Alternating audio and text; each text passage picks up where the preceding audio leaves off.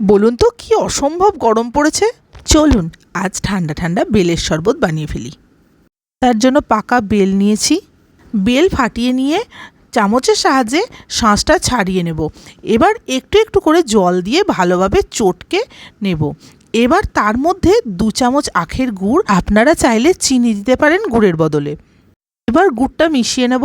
আন্দাজ মতন বিট নুন আর একটা লেবুর পুরো রসটা দিয়ে সব একসাথে মিশিয়ে একটা ছাঁকনিতে ছেঁকে নেব। অনেকটাই গাঢ় আছে, তাই জল দিয়ে একটু পাতলা করে নেব।